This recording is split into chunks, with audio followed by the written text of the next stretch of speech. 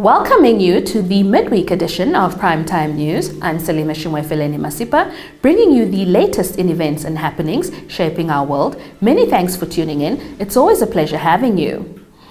Let's get into tonight's bulletin. With just 28 days remaining until this year's elections, Commissioner Petrus Swartz, head of the Traffic Division in the Namibian Police, briefed the media on the security measures implemented for the ballot papers, which arrived at the Hosea Kotako International Airport in preparation for next month's elections. Let's listen in.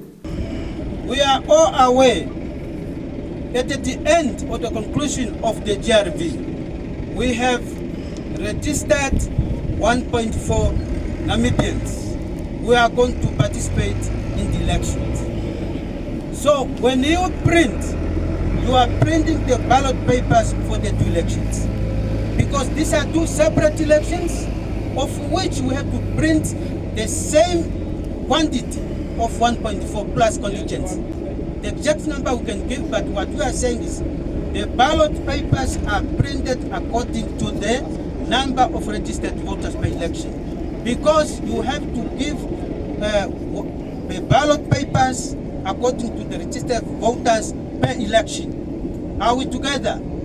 These are two elections in one. 1.4, you must print 1.4 plus contingency for presidential election. You must print 1.4 plus contingency for National Assembly election, because these are two different elections. Now on to some insightful and interesting statistical data provided by the Statistician General of the Namibia Statistics Agency, Alex Shimwafeni, who launched the Namibia 2023 Population and Housing Census main report earlier in the capital today. More on the gist from this report. Let's look at migration. We are talking about people who were born in a certain region and then they are now living in another region. That is really what we're talking about. We're not talking about migration from one country to another. That is something else. What I want to highlight here already is that Khomas and Erongo, they receive the most people. Then they have received mainly from Oangwena and Omusati. Those two are the ones that are sending. And then we are also saying that mainly people come to those two regions because of looking for work, but maybe the things will also change. Maybe the another region that will be receiving a lot will become also Karas because of Luderets, because of the developments that will be taking place there. But the biggest gains, this is what we are saying, Erongo and Khomas, the one in green. On the net effect, Erongo has gained 94,000 people, while Khomas have gained 155,000 people. So this is where City of Windhoek need to absorb those people as well now. And then the people who have lost the most is Kunene, Oangwena region, because those two are the ones also that are sending more to the two regions of Khomas and Erongo. Oangwena have lost almost 89,000 people. And then Omusati have lost about almost 64,000 people to other regions. Shifting attention to the Erongo region, where the Westside High School in Swakopmund inaugurated its revamped orphans and vulnerable children feeding facility on Tuesday. The facility, made possible through a donation of 200,000 Namibian dollars by Swakop Uranium, provides daily nourishment to more than 250 needy children at the school. Isabel Bento was at the event and filed this report. In his speech during the event, Erongo Governor Neville Andre Itope lauded Swakop Uranium's continued commitment towards improving education and school environments through their corporate social responsibility initiatives. I want to encourage you to do that, to believe in yourself and study hard and make us proud and ensure that when I see the little ones here and the big ones there, I also want to tell you that it is also your responsibility to be good role models to the little ones by producing good marks. the government and the private sector, in this case Swakop Uranium, has come on board to at least help address the challenges that you are faced with, in ensuring that at least you get some energy to come to school. And of course, the principle of the government, or in terms of giving school feeding, is to ensure that our parents send us to school, because at least the school is providing food. Perhaps they might be in a situation where you are not able to get food at home, but at least the parents can send you to school where you can get at least something to eat. Chairperson of the Swakopmund Uranium Foundation, Percy McCollum, explained that the lack of safety, among others, at the school's old feeding facility necessitated the donation. On to regional updates. Southern Africa's diamond-rich nation of Botswana voted in general elections earlier today, with the ruling party seeking to extend its nearly 6-decade rule and hand a second term to President Mokgweetsi Masisi. Here's the story from AFP. Some of the 1 million registered voters queued for several hours before polling stations opened in a country that prides itself on being Southern Africa's oldest democracy, but where the same party has been in power since independence in 1966. Botswana's vast diamond reserve, discovered just after independence from Britain, drove growth and development, lifting its people out of extreme poverty. But the country today ranks as one of the most unequal in the world, with 3 fields of financial assets held by the richest 10%, according to a 2022 World Bank report. Masisi's first 5-year term has seen unemployment rise to 27%, with younger people most affected, and a downturn in growth partly linked to weakened diamond sales. The government has also faced allegations of corruption, nepotism, and mismanagement. An energetic Masisi, 63, held a final campaign rally with about 400 cheering supporters in the capital late Tuesday, saying he wanted to use his second term to polish what he started in the first 5 years.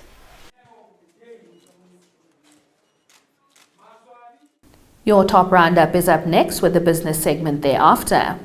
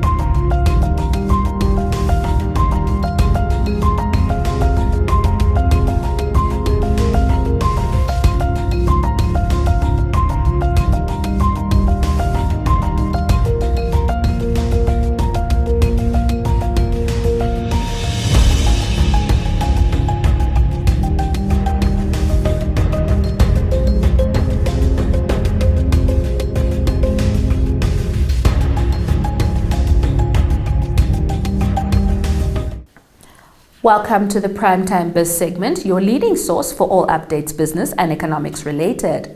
Tonight's Primetime News lead emanates from Etunda in the Omusati region, where our producer Josephine Simeon and journalist Eba Kandovadu, who are currently touring various investment projects in northern Namibia with the Namibia Investment Promotion and Development Board.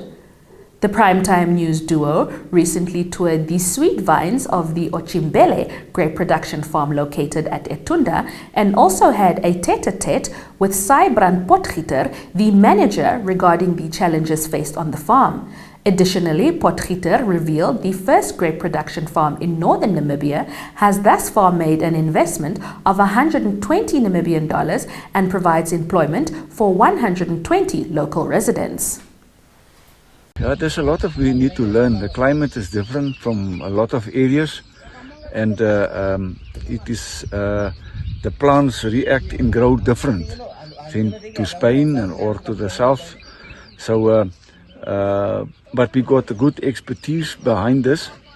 that give us a good idea what to do, and I think that is the success of the grapes here as well, that we have good expertise from Spain that help us and guide us on the harvesting of it and the planting and care of it. We think that we will come very early in the market here. I think we will be earlier in us than in the south, and the climate conditions is suitable for this. Okay. It is still early days. There's a lot of things that we need to learn, a lot of things that we need to develop, but we think the potential is there. But there's still a lot of things to learn before we could say we know 100%. It is a new crop, it's a completely new area, and there's a lot of new things that we need to learn on the way. Onto the green hydrogen sector. Head of Technical Construction at the Namibia Green Hydrogen Program, Teopolina Kapani, addressed a media briefing in Windhoek today regarding a stakeholder workshop held this week. The workshop focused on various pre-feasibility studies related to offshore wind development. We at the program here, we hosted a 2-day stakeholder engagement workshop to validate the selection of key projects that are presently undergoing pre-feasibility studies. Now, one such project is we're looking at a pre-feasibility study on building a new green hydrogen plant. The study will really investigate building, of course, a green hydrogen plant to produce hydrogen and ammonia and its derivatives for local and international markets.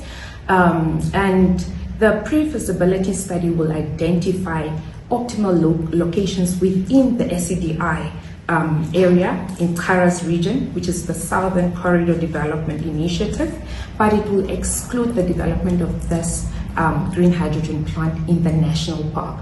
So the aim is really to see where else in the country, in the south, of course, because of given the resources, the wind and solar resources in the south, where else in the country can we then set up a green hydrogen plant, excluding, of course, the national park. This is where the top segment concludes for tonight. Stay tuned for the Business and Economics Roundup.